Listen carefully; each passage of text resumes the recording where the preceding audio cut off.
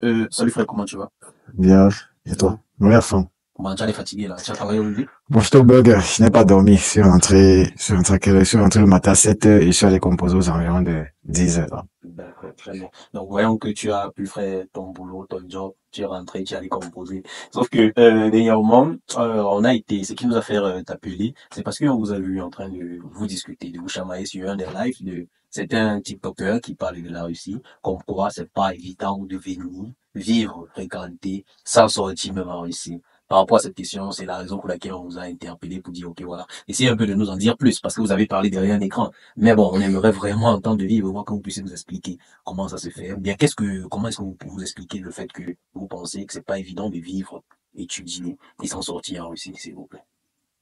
Bon, je vais, je vais commencer par répondre d'abord je vais commencer par définir le volet d'études. Oui, comment vous entendez le volet Oui, études? comment on entend le volet études? Bon, quand moi je disais que ce n'était pas possible pour un étudiant de venir en Russie, en fédération de Russie, payer sa scolarité et vivre, donc payer la scolarité de lui-même, vivre et s'en sortir. Moi, je parlais des étudiants qui sont en première, les étudiants qui sont en cycle licence. Parce que vous voyez, en cycle licence, l'élève fréquente chaque jour. Je le sais, l'élève fréquente chaque jour. Oui, L'école finit à 17 heures. À quel moment il travaille? Tu vois, d'autres vont répondre, il va travailler à partir de 18 heures jusqu'à 8 heures du matin. Il n'a pas une vie, il ne révise pas les cours. Bon, c'est d'où je venais pour dire, il est impossible qu'un étudiant, cycle licence en Russie, paye sa pension, travaille, vit et paye sa pension lui-même. Il aurait besoin de l'assistance des parents. Ça, c'est s'il veut vraiment fréquenter, parce qu'à un moment, il craque. Ces étudiants craquent. Ces étudiants qui essayent de faire ces moments craquent. Craquer comment? Ils ne partent plus à l'école parce qu'ils partent chercher l'argent.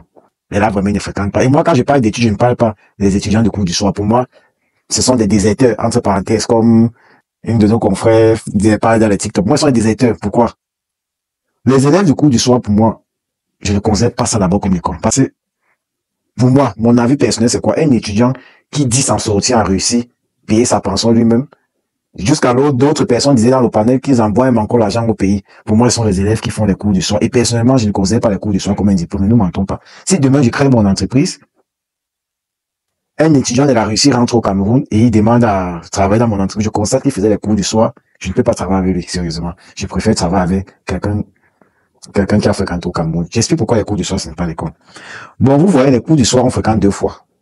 On fréquente 2 fois la semaine. Généralement, moi, je ne sais pas si d'autres fréquentent 3 fois. C'est 2 fois la semaine. Et généralement, les professeurs négligent, le professeur russe néglige les étudiants du cours du soir. Je ne sais pas si tout le monde serait d'accord avec moi, mais c'est ce qui est là, c'est les faits, nous vivons ça ici. Les élèves du cours du soir, généralement, viennent chercher l'argent. Les élèves du cours du soir, généralement, ne comprennent même pas le russe, ils ne s'intègrent pas. Les élèves du cours du soir, généralement, c'est les élèves qui viennent en Russie chercher l'argent. Même ici en Russie, la Fédération de Russie, le russe lui-même, on connaît moyennement les diplômes en cours du soir. Je dis moyennement pourquoi, peut-être je m'exprime mal, bon, vous m'excusez, je suis un anglophone. Moyennement pourquoi? J'en ai vu des travaux proposé par, on dit en Russie, où on exige que tu dois avoir un diplôme de cours du jour. Vous voyez qu'eux-mêmes connaissent que ce que vous faites la nuit là n'est pas l'école. Je prends les gens qui travaillent comme le simple Burger King. Le simple Burger King, pour travailler au burger, officiellement, clairement, on te demande d'avoir un certificat qui prouve que tu es un élève en temps plein. Et un élève en temps plein veut dire quoi? Un élève, un étudiant en cours du jour. Mais il y a les moyens de contournement. On contourne. Deuxième exemple, il y a Samakat. Pour travailler à Samakat et avoir le contrat avec le bureau maire de Moscou, on va te demander d'être un étudiant en cours du jour. Mais il y a d'autres qui contournent. Je ne dis pas que vous ne contournez pas. Mais ceci doit déjà attirer votre attention. Si le russe lui met la précision que je veux des étudiants en cours du jour, c'est parce qu'ils savent que les cours du soir, généralement, ne fréquentent pas. Donc là, moi, je parle pour un étudiant qui est venu fréquenter. Si vous venez à une fédération de Russie fréquenter, vous devez aller faire le cours du jour. Et maintenant, pour l'élève du cours du jour qui s'en sort, c'est celui qui est en cycle master. Parce que généralement, les étudiants en cycle master fréquente à partir de 18 heures jusqu'à 21h, 21 heures. Ceux-ci, moi, je dis que ceux-ci, c'est ceux qui peuvent s'en sortir et qui s'en sortent le plus souvent. Pourquoi? Parce qu'ils ont tout le temps en journée de chercher l'argent. Ce sont les élèves en cours du jour, mais comme ils sont en cycle master, bon, on considère qu'ils travaillent et ils viennent à l'école, mais ils sont enregistrés comme en temps plein. Donc pour moi, c'est celui du cycle master, celui du cours du jour, vraiment, il ne s'en sort pas. Il va falloir, il aurait besoin de l'aide du parent. Bon, c'est un peu pourquoi, c'est avec ces explications que je disais. Bon, il y a l'autre qui m'a dit, l'autre, j'ai oublié son nom, bon, c'est toujours un confrère camerounais qui fait des vidéos TikTok. Il a dit que l'étudiant peut bien s'en sortir. Il m'a posé une question en disant, Est-ce qu'il n'y a pas les congés? Il dit que c'est, il y a les congés. Congés de combien de mois? Il dit même 3 mois. J'ai dit, OK, nous avons les congés de 3 mois en tant qu'étudiant en cours du jour. Il dit, si seulement il commence à prendre les stratégies, les théorèmes, tu travailles 1500 par jour, tu fais fois, il fait tous les calculs, ça va te donner la rente de ta pension. Il dit que frère, nous sommes en Russie, détrompons-nous. Nous sommes en Russie. Parlons des choses qui vont peut-être éduquer d'autres personnes qui nous écoutent. Parlons des choses peut-être qui vont éclaircir certaines personnes. Rares sont des étudiants. Peut-être 95% des étudiants en Russie n'ont pas un travail stable. C'est un job. Il n'y a pas de travail ici. Un job stable. Quand il y a un job stable, c'est quoi? Que tu vas travailler pendant 3 mois non-stop. Je précise 95%, peut-être il y a 5% chanceux des étudiants étrangers. Parce qu'il faisait ses calculs en disant que tu pars de lundi à vendredi, tu économises 2000 euros. Je dis, frère, nous sommes ici depuis. Tout ce que tu fais là, on a fait ça au début. Mais la réalité nous a montré le contraire. Tu vas travailler aujourd'hui, le russe va dire que demain, il n'y a pas de travail. Et puis, il y aura les fatigues et tout. Ouais, bon, oui. Imaginons, mais tu fais les vacances, tu payes ta pension. Maintenant, pendant les 9 mois de cours, tu fais comment? Tu continues à faire de la même sorte? Non, parce que tu n'es plus en congé. Tu aurais besoin de l'aide de ton parent à un moment ou l'autre. Donc, c'est un peu ça. Très bien. Donc, par rapport à votre explication, vous dites, il n'y a que les étudiants en cycle master qui peuvent s'en sortir. Cela voudrait dire que si quelqu'un vient pour un cycle d'ingénierie, donc il commence avec le niveau baccalauréat, il ne peut pas s'en sortir. C'est bien cela. Bon, ça, c'est en cours du jour. Cours du jour. En cours du jour, il ne peut pas s'en sortir. Parce que, comme vous le dites, on fréquente ici du matin jusqu'à dans l'après-midi. C'est bien cela. Oui, c'est ça. Mais nous sommes d'accord avec ce que, il y a des travaux qu'on fait dans la soirée, n'est-ce pas? Ça va, bien évidemment. D'accord. Donc, est-ce qu'une personne ne peut pas travailler entre, disons, 20h et 6h, se reposer et aller à l'école encore, peut-être le lendemain? Ou bien, est-ce que vraiment les programmes, c'est genre, comment dirais-je, comme les Russes disent souvent, genre, de 8h à 18h, de 8h à 18h chaque jour?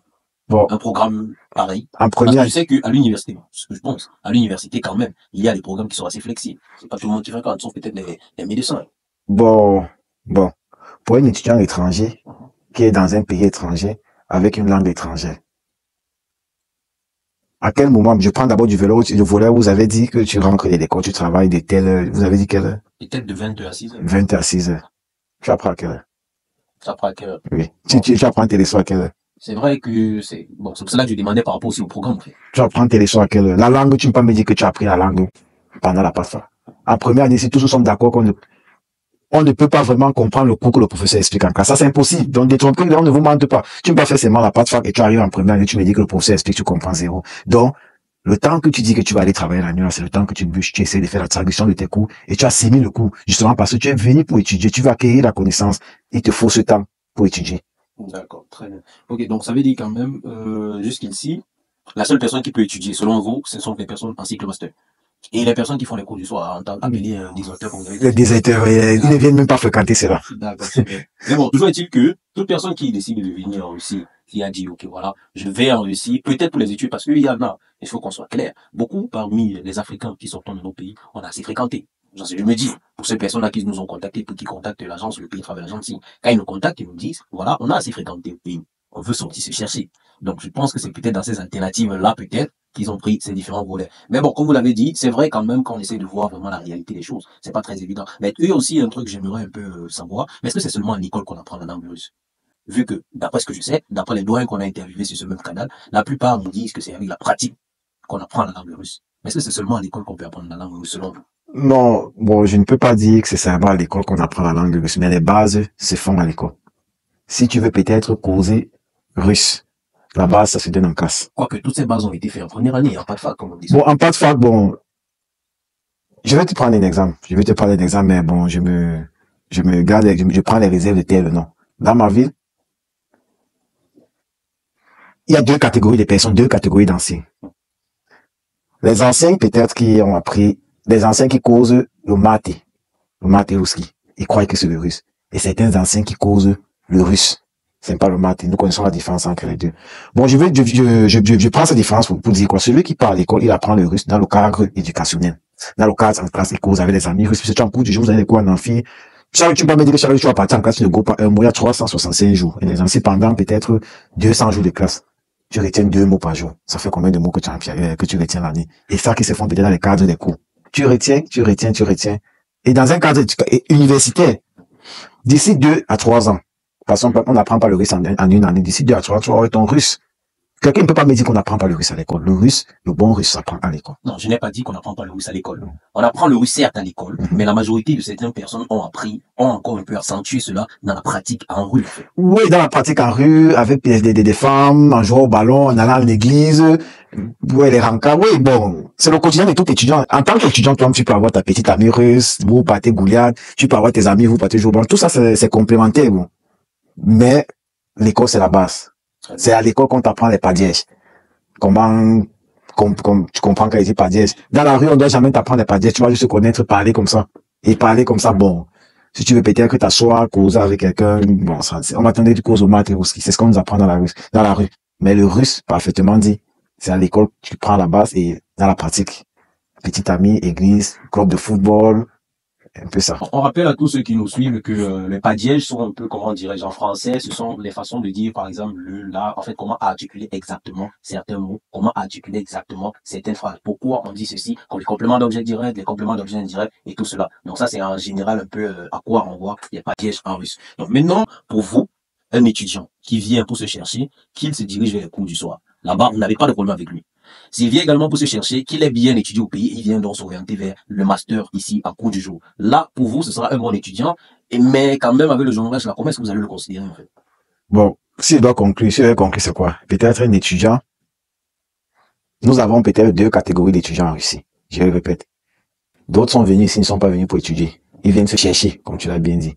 Et ceux qui viennent se chercher, généralement, sont ceux qui ont étudié au pays. Ils viennent se chercher, ils préfèrent faire les cours du jour. Les cours du soir, pourtant pour moi. En cours du soir, il ne considère pas trop l'école, il sait que bon, il travaille, il part, il n'est pas bon, il sait comment il va faire pour avoir ses points. Je n'ai pas un problème avec lui, parce que là, ce qu'il fait même n'est pas l'école. Après, on va lui donner le diplôme, il n'aura aucune connaissance. Aucune, à 99%. Ils n'auront aucune connaissance. Mais celui qui vient pour fréquenter, pour moi, doit impérativement, obligatoirement avoir l'assistance du parent s'il vient en cycle licence pour acquérir les connaissances comme il se doit. Donc, pour moi, c'est un peu ça. Parce que si le parent ne lui soutient pas, il va craquer.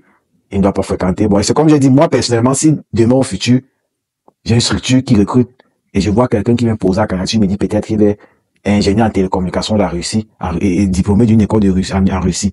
Je constate qu'il faisait les cours du soir à niveau licence. Bon, je lui mets de côté parce que je sais que nous qui venons ici et nous faisons les cours du soir, nous ne fréquentons pas. Nous sommes des chasseurs.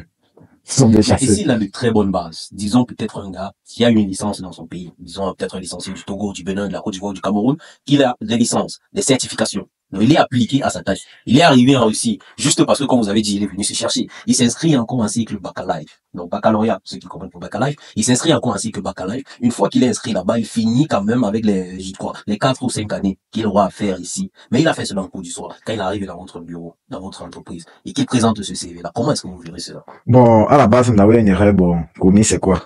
On juge les compétences d'un technicien sur le terrain. Bon, Mais ça, c'est l'erreur de votre côté. Bon, c'est ça, oui, c'est ça que je vais énumérer. On dit sur le terrain. Tu dis, tu es un ingénieur. Mais du moins, c'est pas aussi seulement le terrain parce que le diplôme aussi parfois reflète ce qui est dans la tête. Mais c'est principalement, bon, le truc c'est quoi? Tu viens me demander le travail avec les diplômes de la Russie. Ce n'est pas avec les diplômes béninois que tu avais. Bon. Moi, avec cette mauvaise image, moi qui ai fait la Russie et qui a une mauvaise image des étudiants en cours du soir de Russie. Bon. Pour te dire vrai, on aurait vraiment de problèmes à te recruter. Vous savez que le problème vient à votre niveau, au niveau de votre jugement, en fait. Vous n'avez pas jugé la qualité de l'étudiant qui est venu en face de vous. Vous avez jugé la carapace de ce qu'il a fréquenté en Russie. Bon, tu sais tout, il y a quand même on dit les statistiques, les pourcentages, parfois il y a les malheureux qui tombent dans les, oui, ouais, on doit parler, on doit se dire les choses telles qu'elles sont. Il y a parfois des innocents qui tombent dans les pourcentages, bon, ça veut pas dire qu'en cours du soir, il n'y a pas un élève, bon, mais bon, qu'on doit faire un pourcentage vraiment, les élèves en cours du soir ne fréquentent pas ici. Ils sont dans des chantiers. Ils jobent partout, ce n'est pas l'école. Mais on est d'accord quand même que vous avez évité la question que je t'ai posée. Mais bon, d'accord, on comprend que pour les étudiants qui viennent en Russie, la plupart sont là pour se chercher. Quand ils décident de faire les cours du soir, la plupart sont là pour se chercher. Mais aussi, il faudrait on essaie un peu de le dire. C'est possible qu'une personne suive une formation parce qu'on va pas aussi dire que en cours du soir, ils n'ont pas mis les cours du soir juste pour s'amuser aussi. C'est une école, on paye des professeurs pour cela. Mais est-ce qu'une personne ne peut pas suivre vraiment ses cours, le peu de temps qu'il a, jusqu'à ce qu'il puisse réussir à prendre son diplôme, il puisse appliquer et faire quelque chose de bon avec le diplôme, en fait? Bon, c'est possible qu'un élève en cours du soir vraiment s'applique. C'est pour ça que je n'ai pas dit 100%. J'évite de dire 100%. C'est possible qu'un élève vienne, les 2 jours qu'il est permis d'aller à l'école, il s'applique, il a son diplôme, un bon diplôme, mais bon. C'est très possible. Je dis pas que c'est pas possible. Bon, à ce moment-là, comment est-ce que vous allez détecter que bon, celui-ci, c'est celui-là qui s'appliquait pendant ces 2 heures de normal qu'il avait, ou bien les 2 journées de cours qu'il avait? Comment est-ce que vous allez faire cette différence? Puisque vous avez pointé du doigt celui-là qui est en cours du soir, ne le prenez pas. Vous avez déjà donné les règles directives au RH, les ressources humaines de votre entreprise. Comment vous allez faire cette différence alors? Bon, j'ai vite dit que j'ai donné les directives que ne les prenez pas. On peut te mettre au test, mais bon, le premier volet, c'est quoi? Pour voir l'élève peut-être qui était en cours du soir et qui était déterminé, je vais regarder la qualité du diplôme qu'il a eu. Bon, c'est vrai que aussi c'est Un élève en cours du soir qui a un diplôme rose, pour moi, c'est un élève qui est appliqué. Et que c'est un élève excellent. Mais tu viens avec les diplômes bleus, je dis que ça, c'est la garde. Ça, on t'a partagé les 3 sur 5 à tous les achats.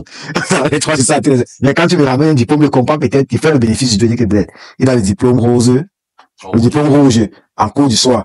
Pour que le professeur te donne un 5 sur 5 en cours du soir, il faut que tu sois, il faut que tu aies prouvé. Et généralement, en cours du soir, bon, tu viens, tu fais ce que tu fais, il te donne un 3, d'un 3. Déjà, quand tu as déjà 4, ça veut vraiment dire que tu as prouvé. Bon. À ce moment, quand tu viens demander le travail en cours de, je vois le diplôme, c'est un diplôme cours du soir, et je vois que tu as un diplôme rouge. Je compare, tu es un élève assidu, bon, on te met au test.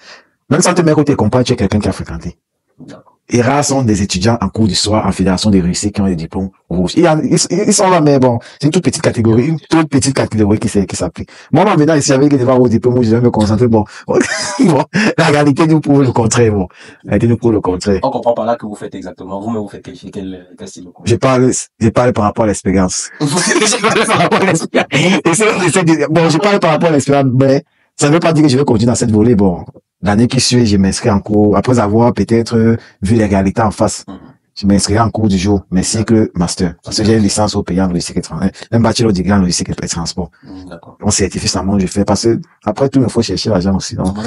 C'est pour ça que je continue cycle master. Bon, okay, c'est un peu ça. Très bien. Ok. Donc, merci beaucoup d'avoir essayé de répondre à cette question du mieux que vous pouvez. On espère que d'ici là, au sorti d'ici, certaines personnes vont pouvoir essayer, ceux qui sont peut-être encore en Afrique, vont pouvoir essayer de faire vraiment le tri entre ce qu'ils viennent faire en Russie. Parce que comme je vous l'ai dit, les amis, la meilleure façon pour pouvoir vraiment émigrer en Russie, c'est de venir en tant qu'étudiant. Vous avez vu, le frère vous l'a dit, il y a plusieurs façons de venir s'en sortir ici en Russie. Vous pouvez être étudiant. Vous pouvez être étudiant à temps plein, vous pouvez être étudiant à temps partiel. Étudiant à temps partiel vous donnera la possibilité, comme ça, de pouvoir vous chercher, de pouvoir essayer de faire des petites économies, tout en étant toujours un peu assidu. Parce que vous pouvez faire cela, les 2 jours que vous avez libres pour vous, pour pouvoir fréquenter, vous pouvez également vous appliquer jusqu'au sorti de là, prendre même pourquoi pas un diplôme rouge. C'est vrai, il y a peut-être quelques petites différences, peut-être des jugements que beaucoup de personnes peuvent faire en fonction de ce que vous avez fait des cours du soir. Mais ce n'est pas un problème en soi, en fait. Vous avez des problèmes, vous avez besoin d'argent, vous avez besoin des diplômes. Pourquoi ne pas réunir tout cela pour en faire une seule et un seul objectif? Donc, au sorti d'ici, qu'est-ce que tu peux dire pour finir la vidéo? Bon, pour finir la vidéo, je vais passer un conseil à tout étudiant, potentiel étudiant en fédération des Russie.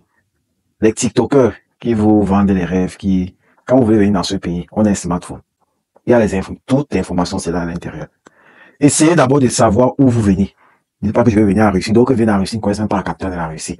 D'autres ne connaissent même pas la ville. Naviguez, faites des recherches. Que ça soit au niveau du prix. Ils sont nombreux ici en fédération de Russie qui avaient l'argent, que l'argent de leurs procédures les amenait dans un pays du Schengen. Nombreux. C'est pour ça que je conseille à tout étudiant, potentiel étudiant en Russie, de faire les recherches dans son téléphone. Parce que ne nous trompons pas. Faut qu'on se dise la vérité en face. 70%, d'après peut-être mon recensement, 70% des étudiants en fédération de Russie, ce sont les refoulés du Schengen. Quand dit refoulés du Schengen, c'est quoi? On les a refusé le visa. Ils ont essayé le Canada, paf. Ils ont essayé l'Allemagne, paf. Ils ont vu le pays, bon, accessible et qui est proche du Schengen. Bon. C'est où ils viennent. Ils ne viennent pas ici parce qu'ils voulaient. Donc, avant que de vous vendre le rêve, prenez vos téléphones. Fouillez. Fouillez vos téléphones. Faites des recherches. Je viens où? La valeur de la monnaie, c'est comment? L'école, c'est comment? La politique du pays, c'est comment? Est-ce que je peux m'intégrer? Donc, tu fais toutes ces recherches. Nos frères du TikTok nous vendent beaucoup de rêves. Ils nous vendent trop de rêves. Donc, il faut vraiment faire vos propres recherches et vous poser des bonnes questions. Que je m'avais là-bas fait quoi? Qu'est-ce que je m'avais vraiment fait? Est-ce le suivisme? Ou est-ce pour compléter une formation? Voilà les questions que vous devez vous poser. Quel est mon avenir? Quels sont mes projets d'ici 5 ans? Est-ce que la filière que je vais faire, la spécialité, le pays qui forme bien à ça se situe en Russie? Là, ChatGPT te répond. Le méta te répond. Parce qu'il y en a certaines personnes qui viennent ici suivre une filière parce que la Russie, peut-être au monde entier, est le pays qui forme mieux dans cette filière. Bon, à ce moment, il a la possibilité d'aller aux États-Unis, au Canada, en Angleterre, mais il préfère venir ici parce que je parle peut-être qu'une formation peut-être dans le nucléaire. Tous nous savons que la Russie est l'une des super puissances nucléaires au monde. Bon, celui peut-être qui veut faire peut-être une formation approfondie dans le nucléaire. Il va peut-être dire, ok, je me dirige vers la Russie, j'ai les compétences et tout, vu les compétences et tout. Là, peut-être, pour moi, c'est une bonne vision. Mais quand je vois les étudiants, quelqu'un me dit qu'il vient en Russie parce qu'il veut faire l'économie. C'est vraiment, frère. L'argent que tu as fait la possibilité de faire l'économie ici, je suis sûr que si on vérifie bien, le TikToker qui était derrière son téléphone, qui te vendait le rêve, que lui-même quand tu guettes, ils sont dans les villages, il te vend le rêve. L'argent là qui t'a pris t'amenait peut-être quelque part en Italie. Et en Italie, tu savais mieux qu'ici. Bon, c'est le conseil que je donne. Informez-vous avec Meta. Et suivez des bonnes personnes. Triez l'information que les TikTokers vous donnent. Donc, c'est un peu Merci ça. beaucoup, le frère, merci beaucoup. Vous le savez toujours, les gars, on le dit, le pays travaille l'agence si l'information, c'est la clé du succès. Tant que vous êtes bien informé, rassurez-vous, vous allez réussir. Il y a de bonnes personnes qui ont de bonnes informations. Sachez bien les trouver. Vous avez le téléphone, vous avez Internet. Ne scrollez pas seulement sur des vidéos, ne cherchez pas seulement. Allez-y même, tapez, faites des recherches sur Google. Où est-ce que je peux aller? Pourquoi je vais aller là-bas? Qu'est-ce qu'il y a là-bas? Rassurez-vous, rassurez-vous. Bref, il y a beaucoup de vidéos qui vous orientent, mais vous pouvez regarder sur le lien qui sera ici. Comment je vais préparer ma réussite dans une école à l'étranger. Vous pouvez regarder la vidéo, elle est là. Vous pouvez regarder, essayer de vous renseigner et prendre toutes les informations nécessaires. Merci beaucoup. Je peux ajouter un mot? Oui, vas-y. Bon, c'est pas une publicité que je vais faire. Bon, c'est toujours pour aider. Hein. Je connais pas quoi ça. Bon, ce que je vais dire, c'est quoi? Je peux vous conseiller un TikToker ou une TikTokeuse que vraiment, c'est l'une des personnes les plus véridiques. Si peut-être que tu veux, peut-être vous voulez connaître des réalités et tout, je sais pas si mon ami Léo aussi TikToker. Donc si vous pouvez suivre Léo, mais la personne que je vais parler, c'est une Gabonaise qui est TikTokeuse. Elle s'appelle quelque chose comme la richesse. Vous tapez richesse, ça va sortir son nom. Elle est l'une des personnes vraiment les plus véridiques et elle est peut-être combattue par plusieurs autres personnes ici en Russie parce qu'elle tape sec, elle dit les choses telles qu'elles sont. Si vous voulez vraiment suivre l'information exacte, moi je vous conseille de suivre le TikTok d'aller vous abonner chez elle et suivre tous les conseils qu'elle vous donne. Et là, vous pouvez prendre une bonne décision. Donc, c'est un peu ça. Merci beaucoup, les amis. Merci infiniment. Vous avez suivi le frère Sergio. Likez la vidéo si vous appréciez le contenu. Les commentaires, les suggestions et tout, vous connaissez, vous pouvez les laisser. Écrivez juste, on va toujours vous répondre. Tous ceux-là qui ne sont pas encore abonnés, qui viennent de voir le canal, vous pouvez tout simplement vous abonner et cliquer sur la cloche de notification. Merci beaucoup d'avoir suivi la vidéo. À très, très bientôt. Le pays Bigo.